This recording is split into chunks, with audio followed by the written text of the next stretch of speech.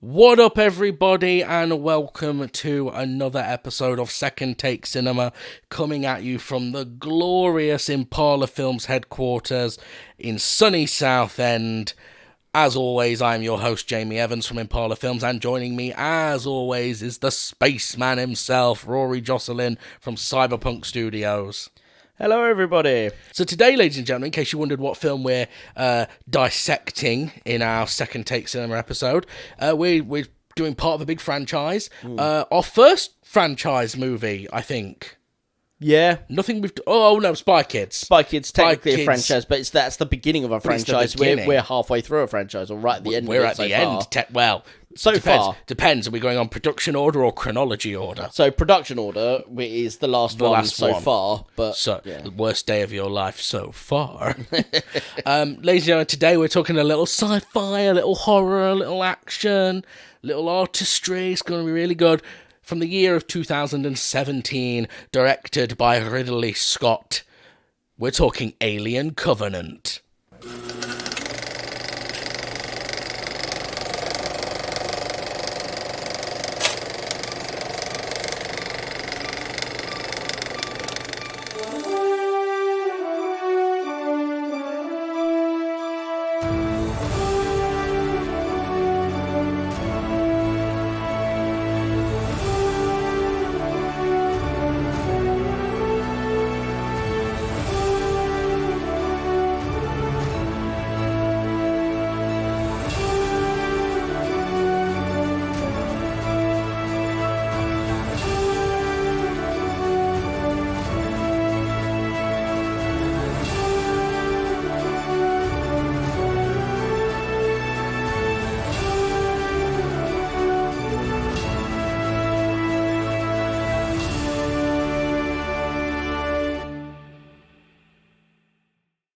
So that's right, ladies and gentlemen. Today we are talking about Alien Covenant from 2017. This is the sequel to Prometheus, which came out in 2012. It is the second prequel to Alien. And this film is directed by Ridley Scott on a screenplay by John Logan and Dante Harper, although the story was by Jack Paglen and Michael Green. Based obviously on characters created by Dan O'Bannon and Ronald Shusett. Starring Michael Fassbender, Catherine Waterston, Billy Crudup, Danny McBride, and Demian Bichir. I'm familiar with most of those actors. In fact, all of those actors I have seen in at least one other thing. Demian Bichir is a great actor. He was in Weeds. Which I really like. Billy Crudup is an actor I really like. Catherine Waterston, around this time, she headlined a couple of big films, because she is also one of the lead actors in Fantastic Beasts and Where to Find Them, which is a film I did not like. Well, I didn't like Harry Potter, so I doubt I'd like Fantastic Beasts either. I doubt it, because it's worse than Harry Potter. Yeah, it's basically Harry Potter, but worse. So It's Harry Potter without Harry Potter in it. Harry Potter! Harry Potter. Anyway, this was made on an estimated budget of between $97 million and $111 million, and it made $240.9 million. Now, it's worth noting that production budget does not include marketing. And this film is widely regarded as a box office bomb, unfortunately. In fact, domestically in the United States and Canada, it only made $74.3 million. See, usually what I find is when something's a box office bomb, usually it's just where it hasn't made its money back in America.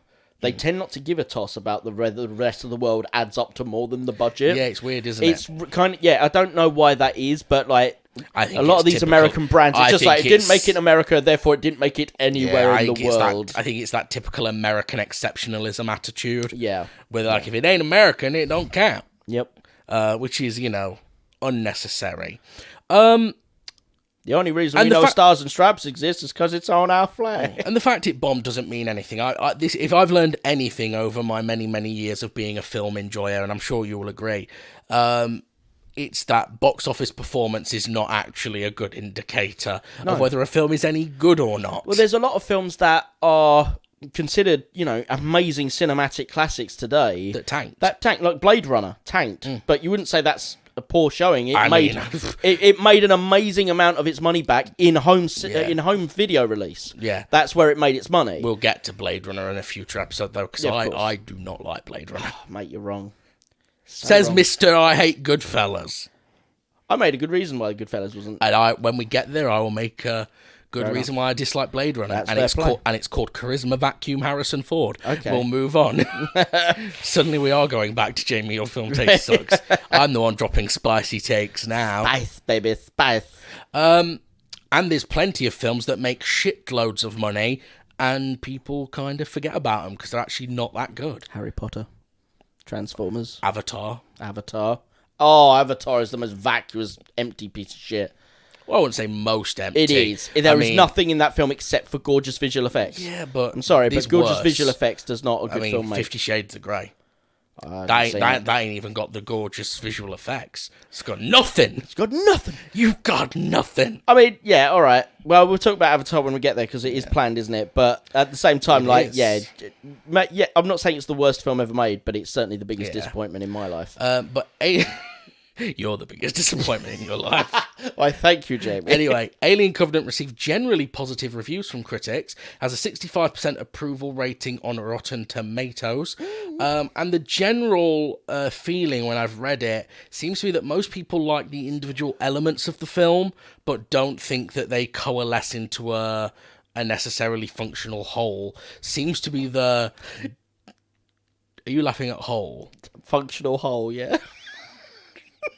You're a child. Look, the aliens in this film make functional holes out of the people. Whole with a W, okay? Okay. Do you want to say it like whole? Whole. Whole. Whole. Like I'm very posh when they say things like Like we're woke. like where? Where are you? Cool whip. That's from Family Guy, isn't Yeah, it? it is, yeah. And let's be honest, the thing most people single out in their reviews is Michael Fassbender. Yes. Doing a dual role in this movie. A lot of people with a lot of praise for Mr. Fassbender. So, as always, ladies and gentlemen, this is your usual spoiler warning. Spoilers lie beyond this part, so if you don't want spoilers for Alien Covenant, or indeed other films in the Alien franchise, because we're probably going to end up We'll have to touch on them mentioning at some point, including Prometheus. yeah, turn away now. Abandon all hope, you enter here. For those of you who are staying, let's talk Alien Covenant. We'll start with a brief synopsis of the plot. Set 10 years after Prometheus, this follows the crew of a ship called the Covenant, which is a colony ship which is heading for a planet whose name I suddenly forget. It began with O. It sounds like Oregon, doesn't Yeah. it? Oregon 7? They're on the Oregon Trail. Yeah, it's you died of dysentery. to be fair, they die worse things than that. You died of xenomorph, baby. Yeah, but they're heading for a planet to colonize. They've got like 2 million colonists. 2,000, sorry, and they've got 12, I think, crew members. Yeah, and they are There's an android amongst them that's an open android, which is one of the Fassbender roles. So this one does he classify as crew or is he like extra? I don't know, to be honest. I can't remember if he's one of the 12 or not. But he is called Walter, and we are given to understand that he is an updated model on David, who was in the first film. Yes. Who was also played by Michael Fassbender. Yep. And the big difference we come to learn is that the updated model is actually more machine-like and less human because people were creeped out by the David models. So that's very similar to a narrative in Star Trek Next Gen with Data. Oh, yeah. Data has a brother that was actually made first, called Law, who's evil. And the the reason he's evil is that and he's superior, is that he has emotions. Right. But the emotions meant that he also had an ego. He creeped people out by being too human-like. And then eventually, I mean, it's from a season 1 episode, so while the concept of Law is good, what he did is a bit crap. He then communicates with this crystal entity which comes along and murders everyone, but later on we found out the crystal entity is actually somewhat good or not or something. But anyway, the main point being that there is the dual element of Data and Law being the older superior version in terms of having emotion and the right of choice, And then they took that away in the superior, quote unquote, superior model of Data. David and Walter have basically the exact same dynamic in this. So the writers of Next Gen should be filing a lawsuit any day now. I'm pretty certain, like, having two brothers think one is superior is not unique to Star Trek. No. And they are hit by a neutron blast, isn't it? From an exploding star. Completely random event, just bad luck. I think it's like a solar flare sort of thing. It just sort of emanates so they couldn't guess it. And this damages their ship enough that the ship wakes the crew as an emergency measure. However, due to a malfunction in his hypersleep pod, they actually lose their captain, played inexplicably by James Franco, who has no lines except in a flashback video. Where he's climbing a mountain. Just gets immolated right at the beginning of the movie. Burned alive inside of his cryo chamber, ironic. Yeah. You're right. He's in like 2 or 3 photos.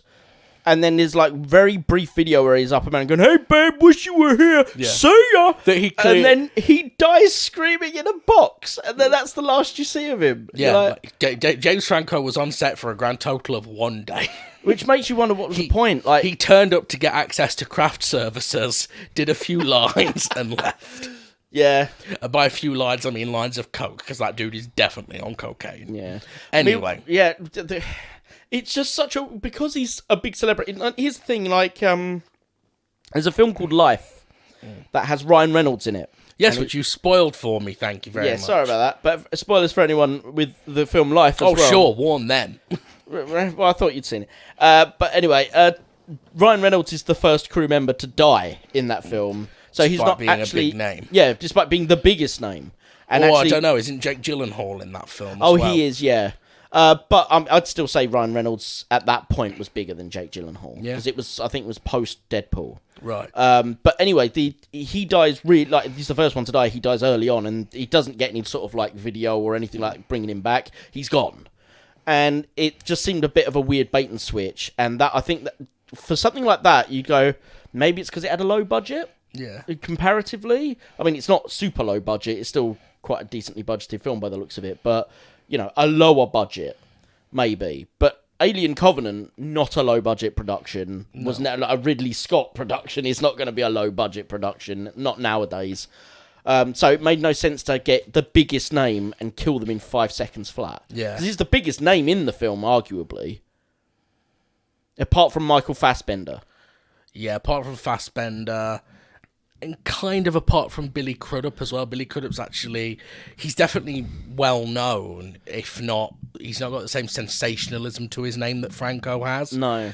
Mainly because, as far as I can tell, he's just a quiet, good guy who gets on with work, unlike Franco, who causes controversy after controversy. Yeah. Anyway, they lose their captain, and this means Billy Crudup's character becomes the standing captain. Yeah. And he is very unsure of himself. Yep.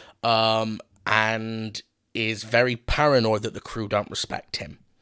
While they're trying to make their repairs to the ship, Danny McBride's character picks up a distress beacon on his suit radio. Yeah. Which, when they decode it, they realise is a human voice singing the song Country Roads. Yeah. As in, country roads, take me home. One thing we never find out is when was she singing that song? Because what we find out about what happened to her later doesn't lend itself to her sitting at a computer singing Country Roads. Well, so you later on, when they first go to the engineer ship from Prometheus, you see her recording the full version sitting there. Right. So clearly there was some time where she was trying to get that ship to fly again. Right, gotcha. Prior to... It's not particularly clear what happened between that point and what ends up actually happening. Well, there's a 10-year gap. She's crashed on that planet for 10 years, really, isn't she? Then again, I guess maybe not 10 years, because we don't know how long it took her to fly to that planet. Yeah. But my point is, they end up picking up this distress beacon, they trace it to its planet of origin, and they actually scan this planet and go, hang on, this planet has got a better likelihood of being habitable for humans than Oregon 7, where we're going. Yeah. And it'll only take us 2 weeks to get there, whereas we've got another 7 years of travel to get to where they're going.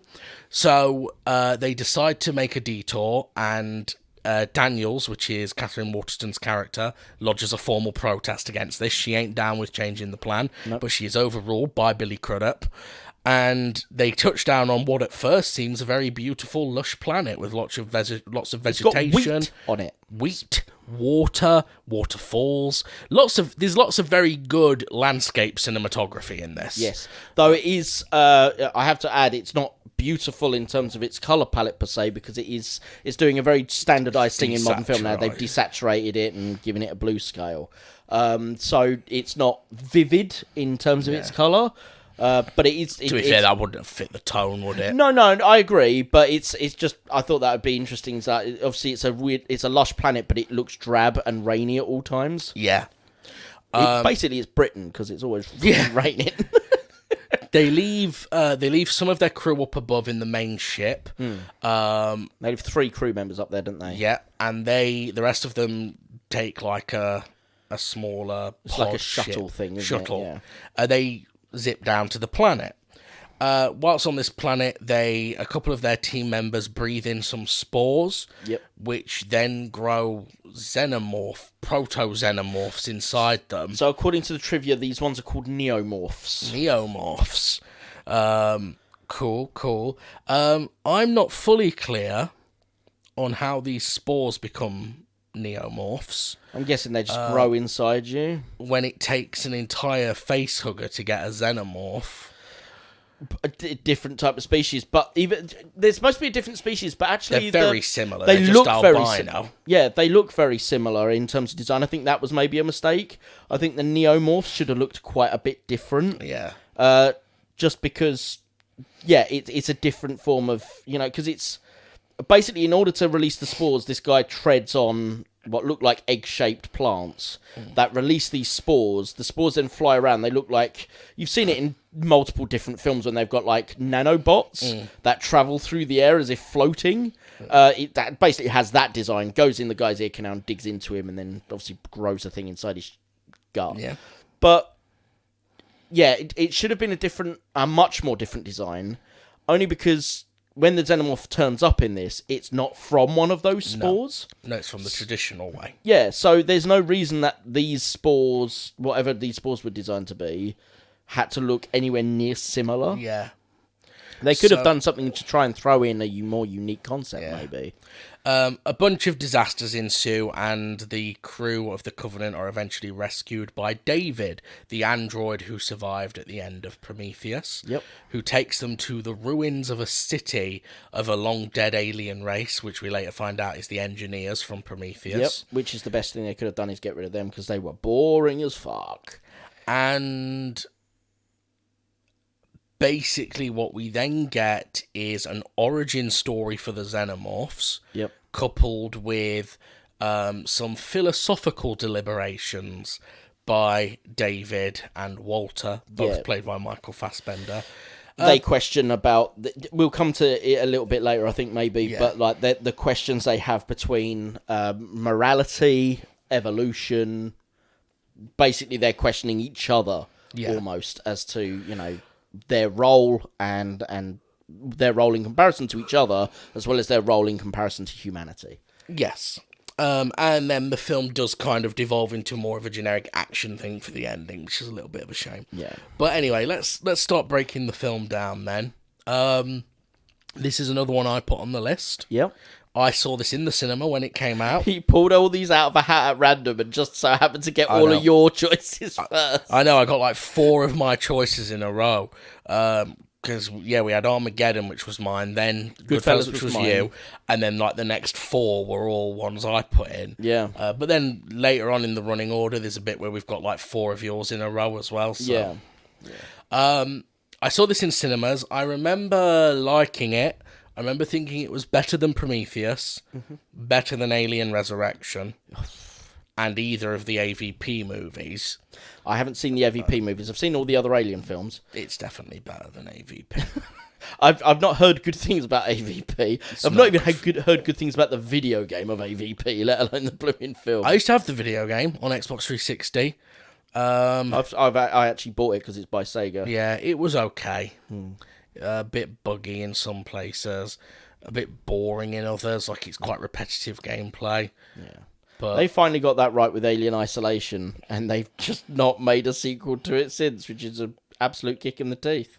well, maybe they feel like they can't pull the same trick twice. But then or maybe the license got bought by someone else because it wasn't Sega that made Alien. Is it Alien Fireteam, which sucks apparently. Oh, really? Apparently it sucks. I don't know. I haven't played it, but That's a multiplayer online shooter. yeah, which is why I haven't played it. It's not my jam. Which is the exact opposite of Alien Isolation. Yeah, basically that could not be more different. Yeah, but I think, ironically though, it's kind of a simile to Alien and Aliens. Where the first Alien film was alone in space, trying to survive a nightmarish horror like Alien Isolation is. And then Alien Fireteam is like Aliens. Oh, big guns, fucking blow them all away. There's hundreds of us, guys. Oh my god, they're overrunning us. It's like, yeah, all right. We're just doing that again, are we? Jumping from horror to action. Which, as you say, with this film kind of also tracks. It starts off a lot slower, a lot more paced, a lot more philosophical.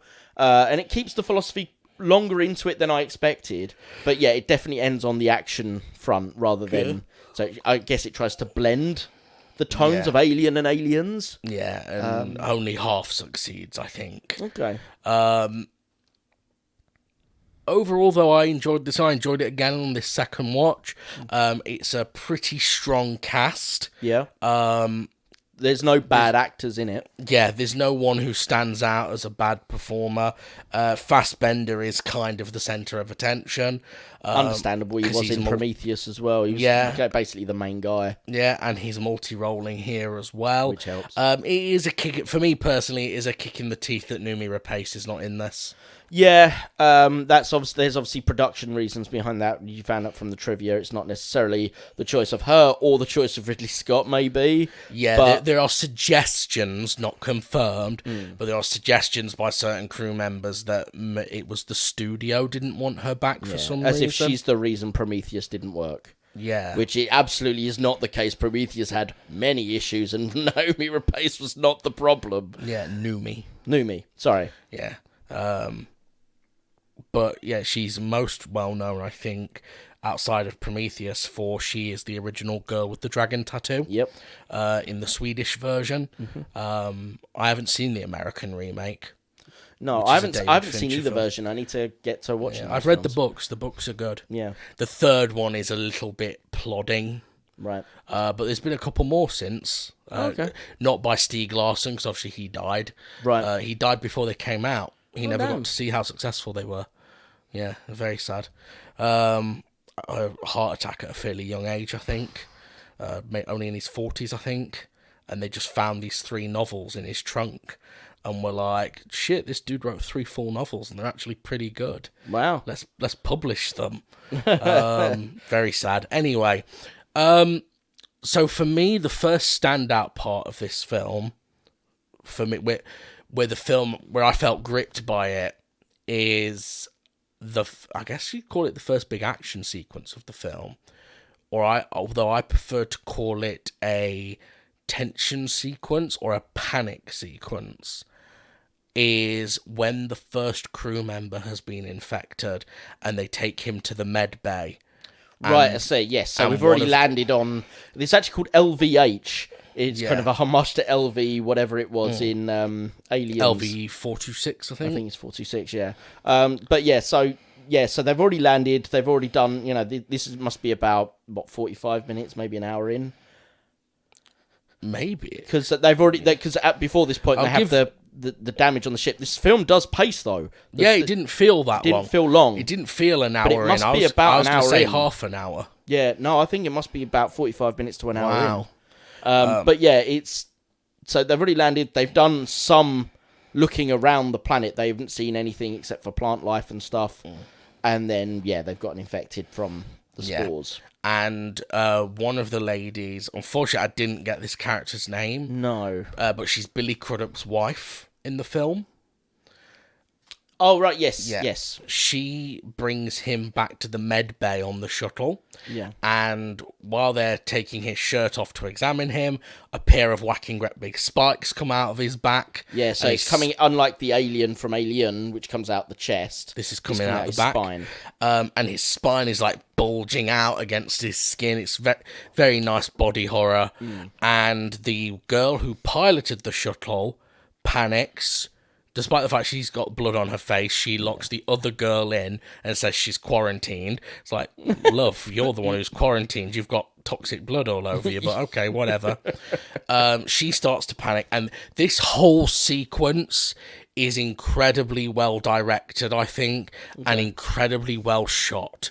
You really feel, just from the camera movements alone, let alone the music and the performances, from the camera style changing, you feel the urgency of the scene. Yes. Everything up to now has been measured, stable, Yeah.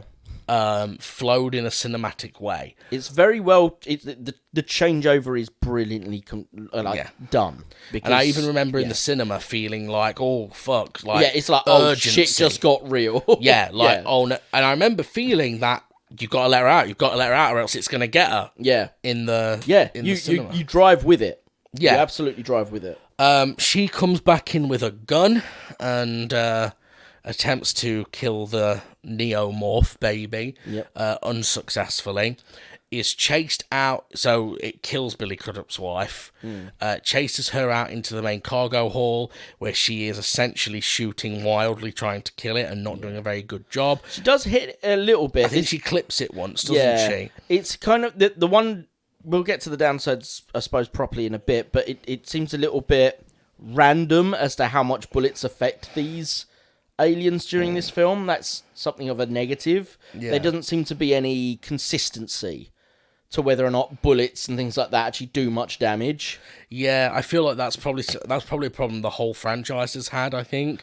Because if you go and look at even Aliens, some of them will take round after round after round, and someone will just take a nice good shot to the head and the heads will explode. But basically... But not Alien or Alien 3, because of no guns. Yeah, and it's better when there's not, to be honest. I agree.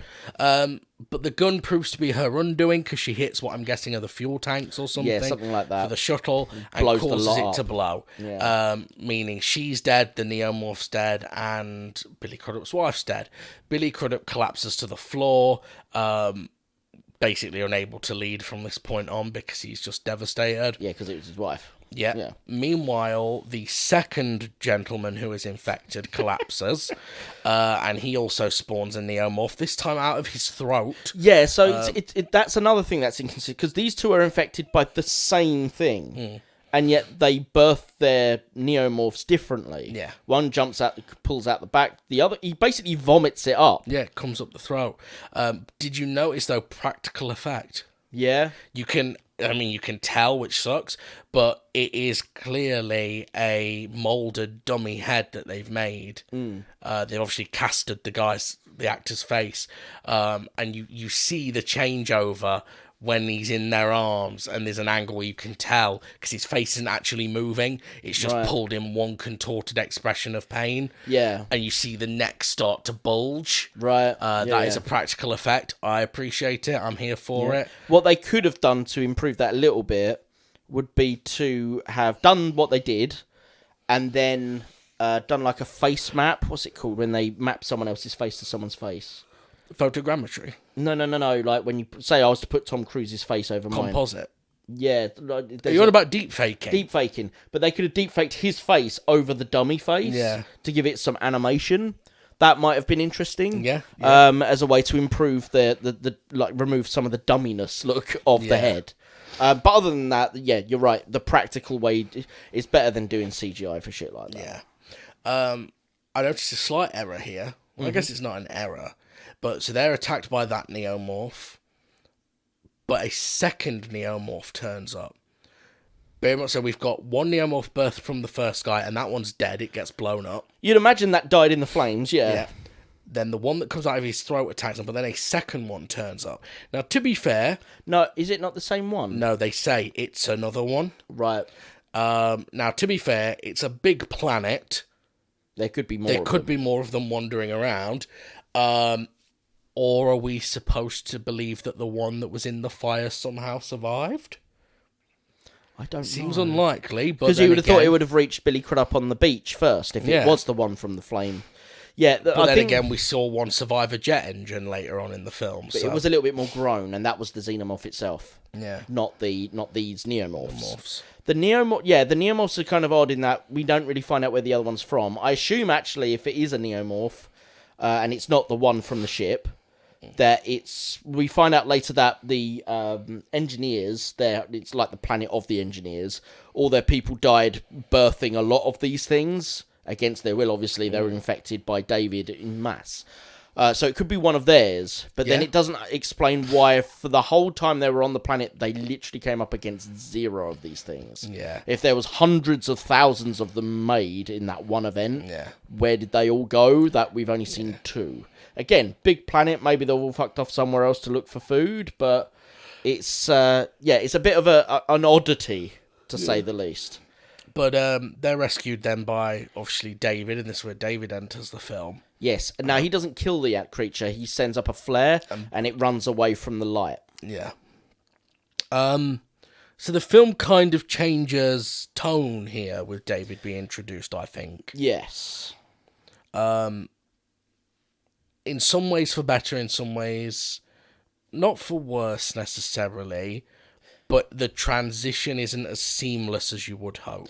Well, first of all, they're on this planet and there's nothing on it, and it's like it's basically like a proto-Earth almost.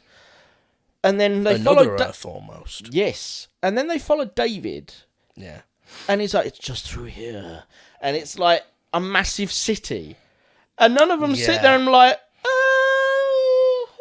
this wasn't visible for some reason on our scans. We've literally like, just flown in over all this land. yeah, We and been would like, have "Oh, it's seen like a this." proto-Earth," and it's a monstrous mega city, Yeah. and you're like, "What?" Filled with the broken remains of these engineers. Yep. Kind of, that imagery reminded me of Pompeii. See, that for me, that imagery was more like I wanted those shots to be more colourful or a bit more red, because I was like that looks like it should be a fucking heavy metal album cover from the 80s. That's what that looks like. Like a Manowar cover or something. Yeah. Or Slayer. Yes. Yes, I was like, I want Megadeth. Yeah, or if you're into gaming, the first cover of Doom. Yeah. Yeah. It's like, that is what I want. Like, that's my heavy metal cover right there. Yeah. That would have been awesome. Yeah. So what we now get is the film decides to ruminate on the idea of creation. So we see a lot of Fassbender acting with himself, and Playing with himself. David, I've got to make sure I keep the androids the right order. Yeah. David is teaching Walter how to play the flute. And this is where we get told that the Walter model is more machine than the other one was. Yes. Because the other one was too human, it was creeping people out. So they don't have the ability to create. And David says this is because humans are afraid to give AI the ability to create. Yeah.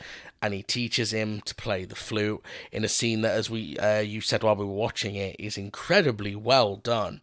Not only from an acting point of view, but from a composition point of view. It's not just a reverse shot where they're clearly swapping Michael Fassbender each time with a it's body like double. one unbroken shot going back and forth between them, and I couldn't tell the seam. I was like, how? Like, I know obviously it's visual effects. There's not 2 Michael Fassbenders, but it genuinely looks like there's 2 of them in the one shot. Yeah. It's brilliantly done, and they're crossing over each other all the time. It's not like they've, not like the old films where you could see if you're careful, you could go, right, well, there's a joint in the middle, which you can't see, and they just acted the scene twice. It's really well done. There's certain points where I'm like, the only thing I can think of is that they did that deep faking over an extra as one of the Davids, but it must have crisscrossed from time to time as to which of the Fassbenders was real and which one was not. There is a Fassbender double credited in the credits, I noticed. Yeah. Because obviously there's other scenes that, like later on, Walter and David fight. Yeah. That obviously one of them is whoever's not facing the camera is obviously a double at that point. Fight. But yeah, now I liked a lot of the set design here as well. Yeah. It's the astute observers amongst you will of course be thinking, well, if him and Elizabeth Shaw have been here, how have they survived in this dead city for 10 years? Elizabeth Shaw hasn't. Yep. And he tells us that she died. And here we get our first clue, and I like this. This is an element of the film I really like, is the multiple suggestions for why David is evil. Yeah. So there is obviously the idea that he's just a super advanced AI that is questioning his own origins, questioning his place in the universe, and he's kind of looking at humans and being like, Not why good do enough, you son. yeah, like, I'm disappointed in the fact you're my creator. The whole idea behind both Prometheus and this film is, what if humanity found our creator and were disappointed by the answer? Yeah, and that's a really interesting theme. Yeah, it's an interesting theme in Prometheus as well, though it is done a lot better in this film. Yeah, like, what if we met God and he was just a fat slob?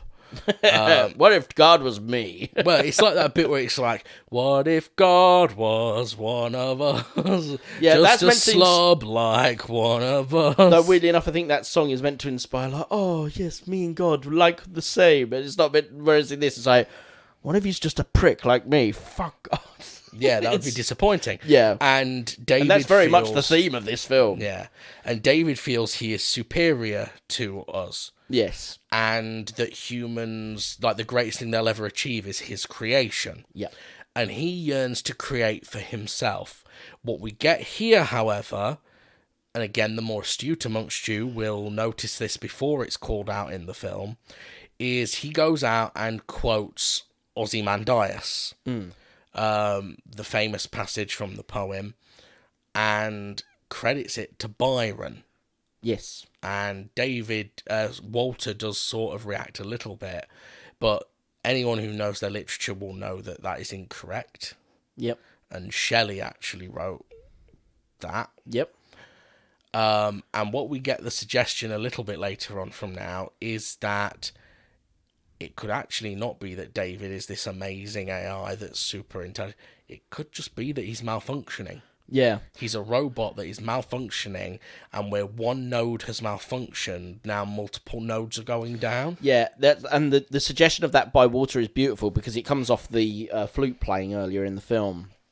And he says, if one note is wrong, then the whole orchestra could be... Eventually, the whole orchestra is destroyed. Yeah, and it could be that. So you could add the suggestion that David is evolving, or you could add the suggestion that David is faulty. Yeah. And both equally ring true, because depending on your perspective.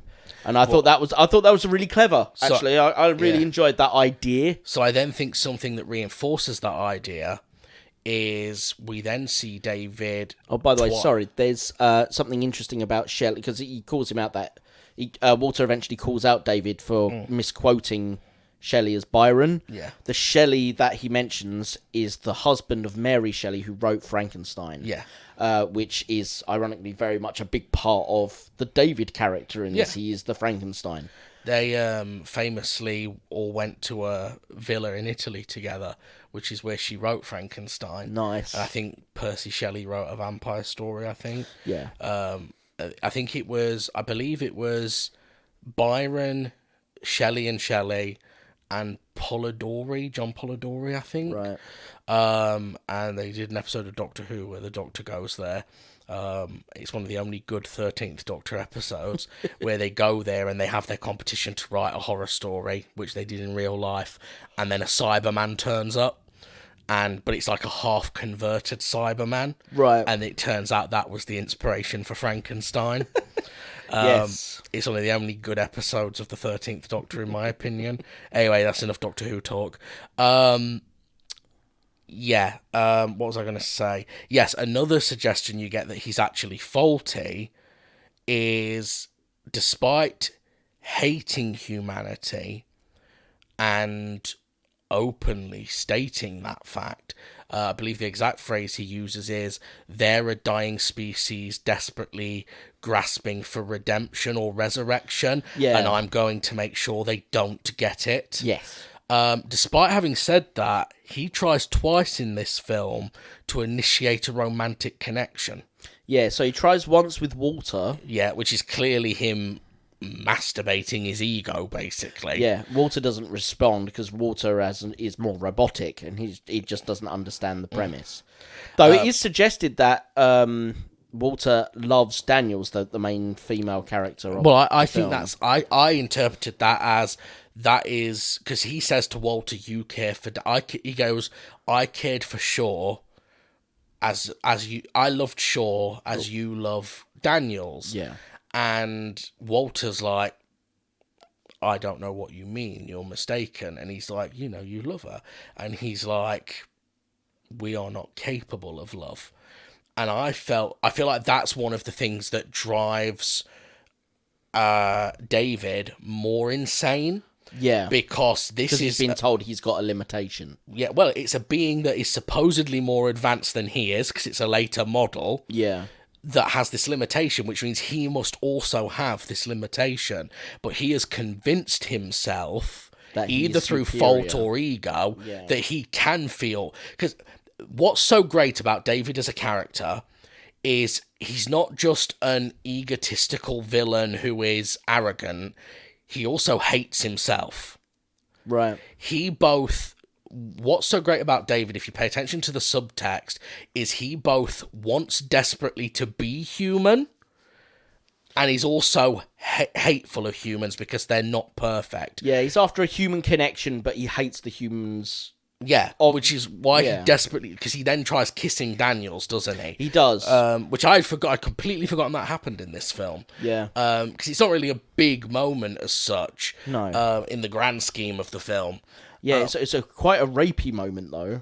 Yeah, because he's on forcing top of himself her. on top Yeah. of her. And the suggestion I got, at least, was he doesn't feel anything when he does it. Because both times he kisses them, they don't react. Well, Walter doesn't react at all, and Daniels is trying to get away from it. Yeah, Daniels is not appreciative. But the way... Surprise! Yeah, the way he pulls back, and the look on his face, it's almost... I should have felt something from this. "Oh, what's the big deal?" sort of thing, yeah. And I think that's what draws people to the David character. Yeah.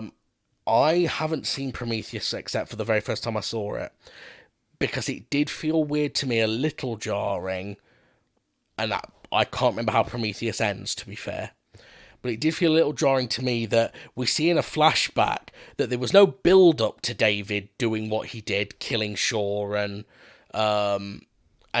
killing the engineers. He literally does it as soon as they arrive on the planet. Yeah. And I don't remember ending Prometheus with him being super evil. I thought he was like questioning. So if I remember correctly, in Prometheus, he is responsible for... Yes. No. So, Noomi Rapace's character, Shaw, she has a partner in Prometheus. Who gets infected. He gets infected by David. Oh, does he? Yes. David purposely infects him. I see. Okay. So, because he's actually... He finds out about this species and is intrigued by it. So yeah, I'm pretty certain David actually starts the impregnation thing, so it's natural that he's doing it still. Though it still seems a bit off that he arrives on this engineer planet, it's just like, and kill everyone, done. Yeah. Great. What I would say is the David character is incredibly interesting. The dialogues between him and Walter are fascinating. The question of his evolution versus his madness versus his failings. Because surely a machine designed by humans must have the same flaws humans have. Yes, and in all of that respect, he's probably one of the best things in it, one of the most interesting elements of it, one of the best facets of the story. But there is one major flaw in the writing that is never actually, unless we just go with the fact that he's faulty, that's the only way that you could pay it off without needing to explain it some way else. His whole modus operandi is that I want to, use these new species and create these new bioweapons, as it were, to create a superior race of some kind, because he is superior to humans. Humans are an inferior race that are struggling. I just want to replace them, and here is a species that could potentially do it. But in everything that he says, all the things that he loves, that he quotes that he loves, such as fiction, such as poetry, such as music, all of those things are generated by humans, and basically by humans alone, as far as our known universe is concerned. The xenomorphs are incapable of art. Yeah, so and the neomorphs have no art, it's never shown, or intelligence, or ability to communicate. Yeah. There is one moment where it's almost considered that he thinks he's getting a connection with one, but it may just be standing still in front of him because he's not worth eating or impregnating. Is this the little baby one? It was the big one. It was the big one. Because the baby one, my interpretation of the baby one was it's imprinting on him. Like ducks do when they first hatch. That's not a neomorph. That's a xenomorph. That is a xenomorph. That's the xenomorph that imprints on him with its little baby limbs. Like, he basically makes it do a T-pose and things like that in imitation of him. That's later. But the neomorph, there's a bit... So he offers them solace in this abandoned thing. He goes, "Oh, nothing will get you here. It's perfectly safe, I assure you." Lying through his bare teeth. The neomorph comes back. It's grown fucking huge. Kills a couple of the others. And then the captain sees him, or the new captain, what's his name? Billy Crudup. Finds him having a one-on-one with this alien species, and you can breathe on it and it'll understand and all this sort of stuff. And it's just kind of, it's got no eyes, but it's kind of like looking right at him and not attacking him. And he's like, "I'm making a connection." Now, the truth is, he's not worth eating, and he's an android. And he's not worth impregnating because he's an android. Yeah. So it could be that it's just standing there because it's got fuck all to do. Yeah. But he's imposing his ideals on this thing, that it loves me, or it understands me, or there's a natural intelligence. Which is what humans do when they create androids. Yeah, so we assume they'll be just like us. Yes, and they'll have, we'll create this robot, it will love me, it'll empathise with me because I empathise with it. Which, if you want to get really sinister and really deep, is what a lot of parents do with their children. Yeah. This child, a lot of parents have children with the idea that they'll mould them to be exactly like them. Yeah. So that, which is a way, it's like achieving immortality. In a way, you live on because your kid is exactly the same as you. Yeah. And then you get these. Obviously, I'm not saying this is every parent, by the way. No. But I think that's why there's often, whenever there's change, like homosexuality was a big part of it. Now trans, things like that. If your child is not doing your lineage correctly, if you're one of those parents that has imprinted onto the children in that way, my name is John and I've had this child, and this child will be like me, we like football, we like beer, proper blokey bloke, and it's like he starts playing with dolls, or he's artistic, or he tries to change gender, or he likes men. It's like, well, that's weird, that's not what you're supposed to do, because that's not what I do. So you're right, there is that imprinting, and it's been hugely influential in a negative way, mostly throughout our history as a species. And it's interesting that David would therefore be doing the same thing. Which comes back to what I said about any life form, any machine designed by humans must inherently have the same flaws that humans have. Yes. I.e. ego, pride, and a weird drive for self-preservation. Yes. So, it's fascinating that David shows those things. And I on the surface, there's two reads of that. Because he's after this more intelligent, more, intellectual, the beauty of life.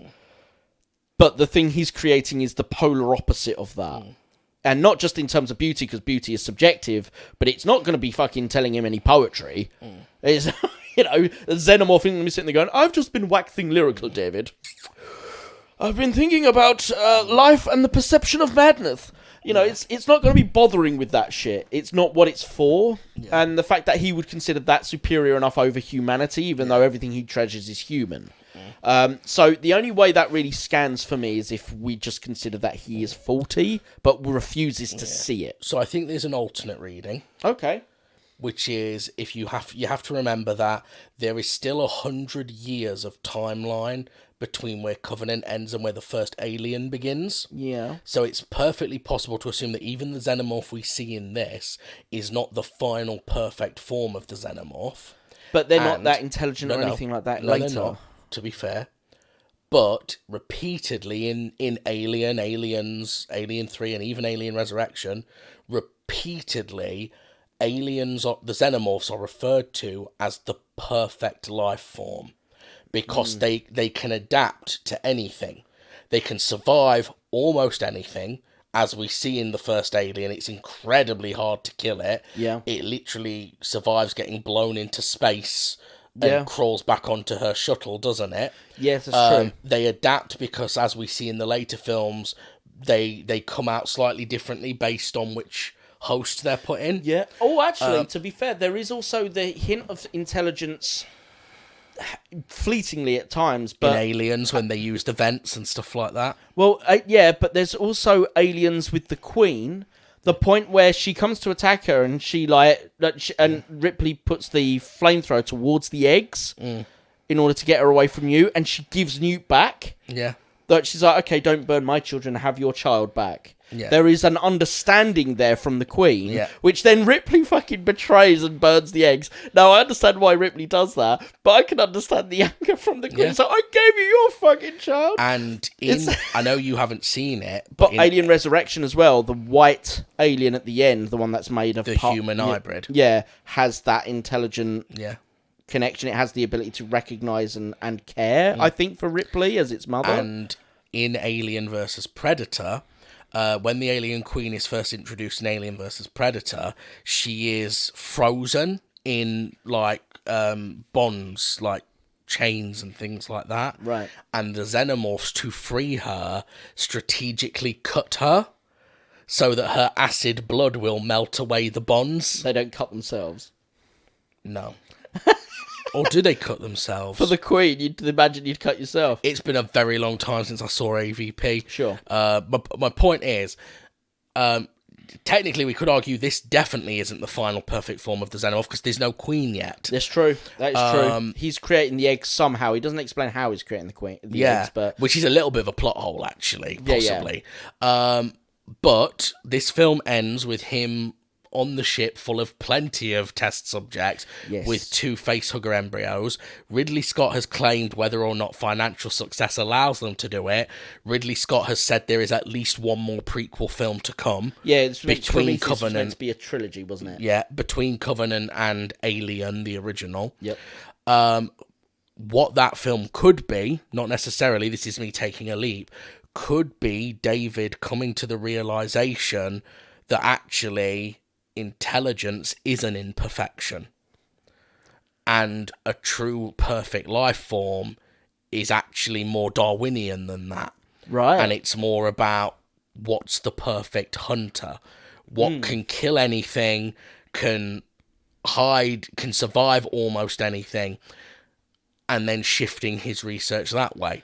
Or they might just say we're not doing him at all in the next one. That'd be a shame, because I think there's more to the David storyline. I think he needs to die. Yeah, but I'd love to see that story play out in an intelligent fashion. You kind of have to hurry up and do it before Fassbender gets much older. Yeah. Realistically. Yeah. Although I think fans would probably, because it's not like he's old. No. I think fans would suspend their disbelief if he looks a little different. If they shoot it another 10, 20, whatever amount of years in the future to pitch the gap between Alien Covenant and Alien, they probably accept that he's gotten older and therefore the android itself will look older.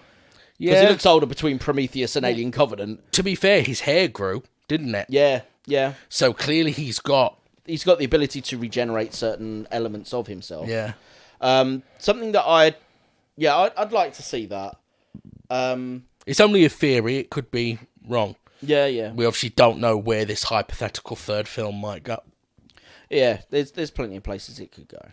I had something I was going to say, but I can't remember it now. My bad. No, it's not your bad. You were talking. It'll come back to me. So we get to... First of all, I've got to ask you if you were convinced, because I wasn't. They try and pull a bait and switch where Walter and David fight, and one of them survives, but we don't know which one. Now, the fight itself was very well done. Yeah, the fight was great. But were you for 1 minute convinced it was Walter? No. Because I wasn't. No, I as soon as I went... Even before that point, there was... So, when we first see David, he's got longer blonde hair. Yeah. And Walter has short brown hair. Yeah. David sees Walter, he has a couple of scenes with him, and then we see... David cutting his hair short, and then when we next see him, he's got it short and brown. Yeah, and the minute that happened, I was like, he's going to swap with Walter.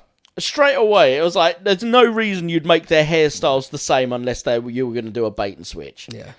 So, and the fact that David has never had brown hair, he was blonde in Prometheus as well. Yeah. So it's like, the only reason for him to dye his hair is to match Walter. The thing that surprised me was because Walter's obviously missing a hand, isn't he? Yes. I thought the way that it was going to get revealed, because obviously David then has to take his hand off to mimic him.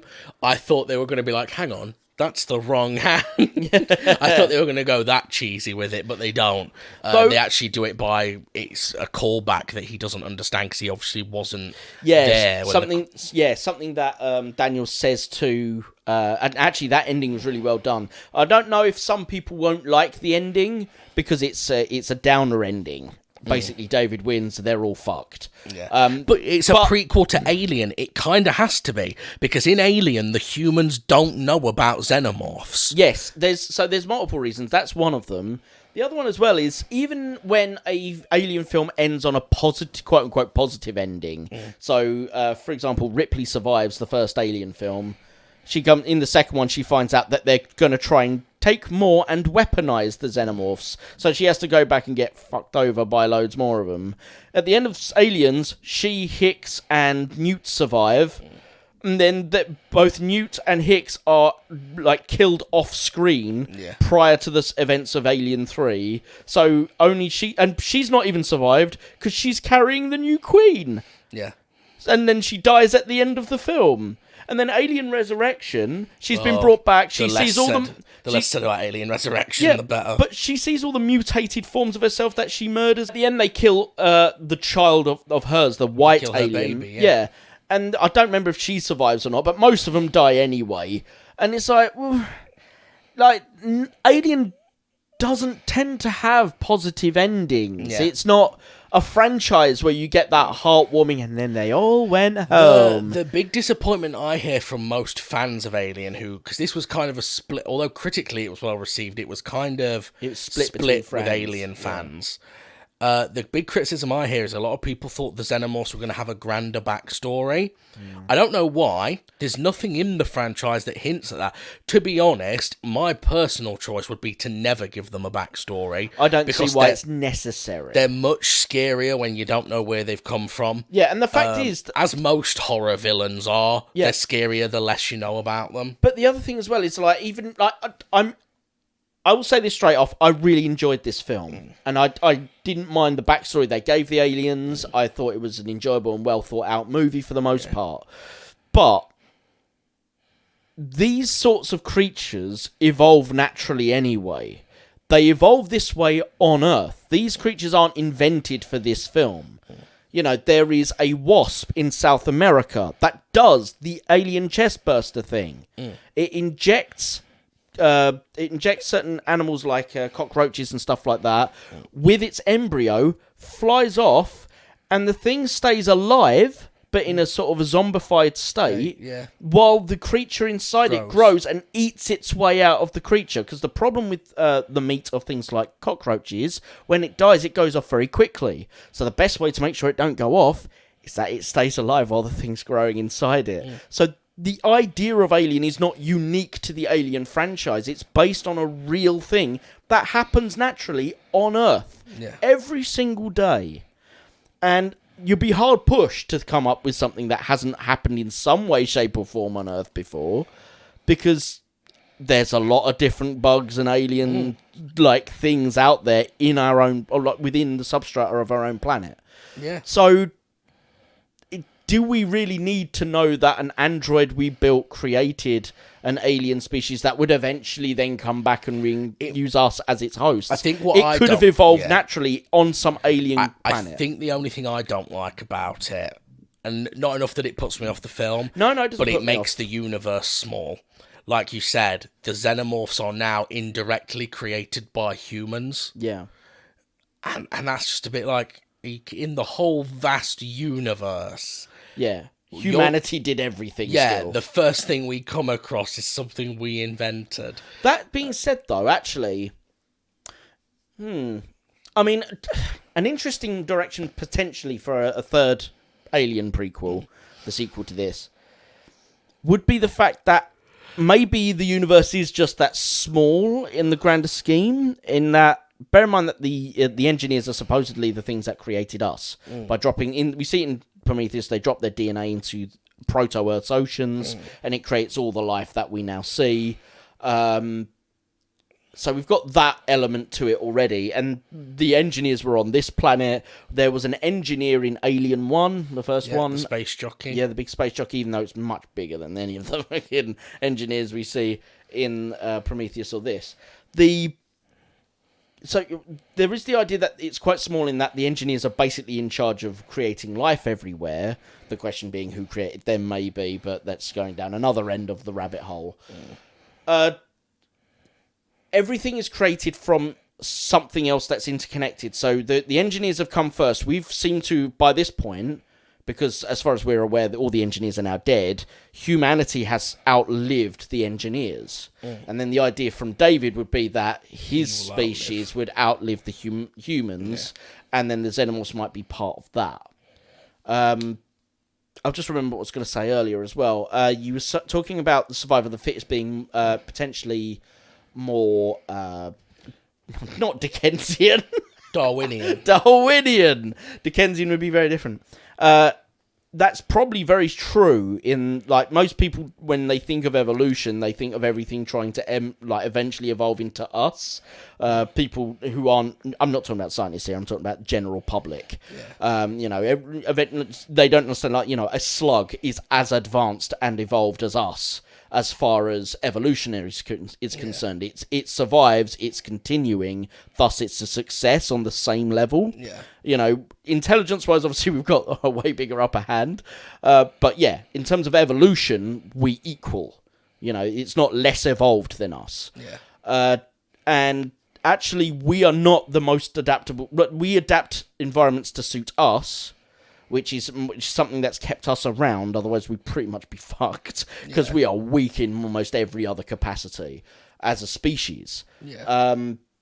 Whereas the thing that would survive the most usually is things like cockroaches. And I actually watched a documentary on Channel 4 about 20 odd years ago on scorpions. I tell you what, they will outlive us no matter what the fuck happens. Because in this, and it's probably cruelty to animals. Definitely cruelty to animals. They're like, get over here. Well, they come from hell. No, that's Mortal Kombat. Basically, what they did in this, and it's definitely animal cruelty. They basically took this one scorpion. All of this they did to one scorpion. Now, this thing is incredibly strong, and it's resilient. So they baked it in an oven to, I think it was, they said 200 degrees. I imagine that must be Fahrenheit, but that's more than enough to kill a human. They take it out, it's burned, it's not happy, understandably. It's still fine. Then, right, now we're going to freeze it. So they stick it in a block of ice. And I don't mean to just place it on one. I mean, they literally freeze it in ice. And they leave it there for 24 hours. And then they break it out of the ice with a hammer. Don't warm it up with even not even a hairdryer in sight. Just hammers. Just hammer the shit out to get this thing up. And then eventually it reanimates because it has the ability to put itself into a stasis. Which humans can't. If we freeze a human, we die. Because the water in our bodies will explode. Or implode. I can't remember which one. It explodes your cells. That's it. So we die. It crystallizes and bursts them. Whereas it probably will do that eventually to a scorpion, but for a certain period of time at least, they can be frozen. Is that because they're hard exoskeleton? Probably. I don't remember. Again, this is 20 years ago that I'm remembering, but they smash it out of this thing with a hammer. After a little while, it reanimates and it's okay. It's probably not happy, but it's okay. And then they put it in a microwave or something like that. Not microwave. Ding, ready and done. No, they put it in something like that. And blast it with radiation. Yeah, and they blast it with, I think it was 300 rads of radiation, something like that. I'm probably getting the numbers a little bit finicky, but they blast it with enough rads that would easily kill a human 10 times over. Yeah. Then after, they've calmed it and put it out, it's still fine. And it's like, I'm sorry, but if an asteroid hits the fucking planet, if the planet gets too hot, if it gets too cold, if the fucking oceans come for us, no matter what it is, nuclear fallout, the scorpions are going to outlive us. Well, the simpler a life form is, the more chance there is of its survivability. Yep. Look at the only creatures that have survived from prehistoric times to now are insects And fungus. and fungus. Yeah. Yeah. Single cell organisms. Yes. What they called? They've got the little. They call them not water bears, but they're tardigrades. Tardigrades, and they can survive in space. Yeah. Tardigrades are insane, and Don't tardigrades? Are they the ones that live all over you as well? Like, yeah, they're everywhere. Yeah, they're really weird. There's also, did you know amoebas can kill you? Yeah. Yeah, there's a certain type of water amoeba that if you swim in waters with it, it can get in through your ear and it starts to eat your brain. Yeah. Because it's the right sort of matter that it likes to consume, and it just eats through your brain, and you cannot be saved. Yeah, this planet is full of some gross shit. Yeah, and we're sitting here going, yeah, well, humanity must have created the alien because of the type of advanced species it is. Like, no, fuck off. We've got a single-celled organism that swims in your ear and eats your brain. Yeah. And that is right here on this bloody planet. You don't have to go anywhere. Yeah. It's... They're coming to get you, Barbara. So let's talk about the final act of the film. Sure. This is where it goes action heavy. So the platform, the flying platform, and then the second xenomorph that turns up in the shower, and they end up kicking it out the cargo hold like the tyrant in Code Veronica. Yes. What do you think of this section? Does the film... Were you a little disappointed that it went into a more action generic way? Yes and no. No, because I expected it. Because it being a modern sci-fi, unfortunately, it was never going to try and do a 2001 A Space Odyssey or anything like that where it tries to keep it cerebral. It's just not the type of era for that sort of movie anymore. At least not right now. And also, to be fair, like people may have... I've heard that people may have had problems with it because it goes into action mode. But... And it is obviously more action-heavy than what I'm about to reference, but it's not too dissimilar to the ending of the original Alien, where after surviving on the Nostromo and escaping on the ship with the cat, and she's in the shuttle, the bloody alien xenomorph is on there, and she has to find a way to kick out. Now, that is not as action-heavy. No, it's more of a standoff, isn't it? Because she's like standing there, and that's great at the end of it when it's in the pipes and you don't know, because you can't see it, but you can't see it in front of your face. Yeah, and then it moves, and you're like, oh shit! Yeah, that was brilliant. And so I think it was what we would consider a more modern take on that. Yeah. Crossing that over with a lot more action flair. Yeah, i.e. impaling it on a bulldozer. Yeah, I don't mind the action of this. I think there's a certain amount of it that didn't make sense. Number one, the xenomorphs tend to be fucked up by fire, which is why the flamethrower thing was a good idea. And it's why that works in the first film and also in Aliens. You know, it's scared of fire. Yeah. And yet, in this, the xenomorph walks straight through a thruster, burning through it, and just goes, it's a bit bluey. Yeah. You're like, really? It's a bit balmy in here. Yeah, it's like, that's going to be hotter than a flamethrower. Yeah. It's a fire thruster. Jet fuel, yeah. To fucking lift an entire spaceship. I say jet fuel, it's rocket fuel. Rocket fuel. And it's just like, it's only rocket fuel. Oh, not the flamethrower. You're like, what? That doesn't make any sense. I did like the idea of defeating it with the mechanical arm on the crane. Yeah. That was a cool look, and also that the teeth on the crane looked a bit like the inner teeth of the xenomorph that come out in its second jaws. And they factored in that throwing that crane around would destabilise the platform as well. Which was really cool. It wasn't badly done. I can understand why people were maybe a bit disappointed in it being an action finale to what had otherwise been a relatively more cerebral affair. But actually, not only was it not badly done, apart from the couple of moments like walking through the thrusters, but I actually think it's fine because it's not the end. You then get that much more dynamic conversation with what happens with David, Walter, who's then revealed to be David on the ship, as if you didn't see it coming, and putting knowing at the end that he'd won, and he puts them into stasis, and it's revealed far too late that she can do anything, that it's David on the ship with them, not Walter. So that's a darker, more not cerebral, but more dramatic ending rather than an action ending. So where this is, it didn't bother me. Mind. What about you? Did you care about it? Could have done without the shower scene. Yeah. And I'm not usually someone who says that. Yeah. But, naked people in the shower, Jamie. Is that not your jam? It felt really oddly placed. It just felt like a way to get rid of those two characters in a way that wasn't required, but also... I didn't need the tail going up her legs. Yeah, that was a callback to the first film as well, but also... To be fair, they resist the urge to have it actually go inside her. But it was obvious what they were calling back to, and it's like, dude, just don't do it. But again, you're right. The rest of the film had been more cerebral. You'd had your action finale, and then all of a sudden... It was as if the scriptwriter went, oh shit, we've left these two alive. Yeah, we can't have that many left alive. But it's a generic horror trope. It's not anything intelligent or any... It's literally two hot people are gonna bang. Oh, people having sex outside marriage, better stab them through the old vajayjay with the alien tail. You're like... Bang, bang, really? Bang, like, bang, bang, bang, I mean, it's such a... It's literally what happens at the beginning of Snakes on a Plane. Snakes on a plane. It's snakes on a plane with the alien. I am sick and fucking tired of these motherfucking xenomorphs on this motherfucking spaceship.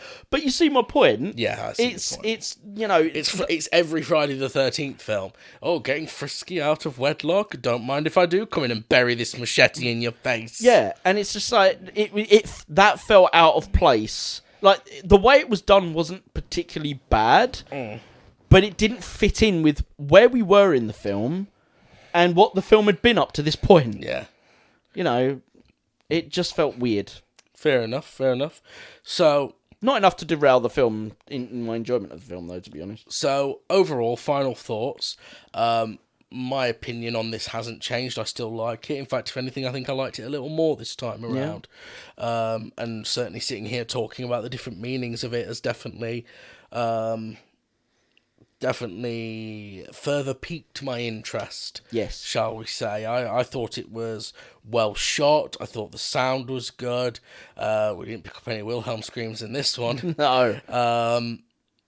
I think Alien Covenant is a good film. Yeah. I'd recommend it to people. Interesting. I would recommend it. I really enjoyed this film. This is actually one that I'd been avoiding because I somewhat enjoyed Prometheus, but it's a very disappointing movie. And when I'd heard people slagging this off, a couple of people I knew had even said it was worse than Prometheus. Wow. And I was like, you know what then, I'll avoid it because I love Alien, I love Ridley Scott's work, and Prometheus was only okay. If this is worse, I don't want to sully it even more. I'm disappointed that I did that now because I really, really enjoyed it. This is the best Alien movie for me since Aliens. Alien 3 is... I don't blame David Fincher for that. That's definitely a fault of the studio. That got neutered because of budget and other things. But Alien Resurrection is not a good film. No, I hate Alien Resurrection. Yeah, and this is far better than Prometheus on every level. It takes the themes of Prometheus, but it does them a lot better. And getting shot of the engineers was such a good move because the way he did the engineers in Prometheus was... I couldn't care less. Yeah. I didn't give a shit.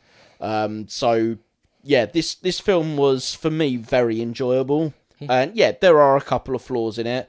And the only way you can really get around half those flaws is David is just malfunctioning. But even that, fine, if he's just malfunctioning, it doesn't actually detract from his ideals on evolution or whether or not he's evolving and whether flaws are part of evolution for him. So yeah, I quite enjoyed it. I enjoyed it as the themes. You know, not the best movie ever made, but it's the best one we've reviewed so far. Okay, wonderful. Well, that's pretty much it. That was our first dalliance into the Alien franchise. Woo. I'm fairly certain it won't be our last. What did you guys think about the film? Please do feel free to get in touch and let us know. We'd love to hear what you guys think.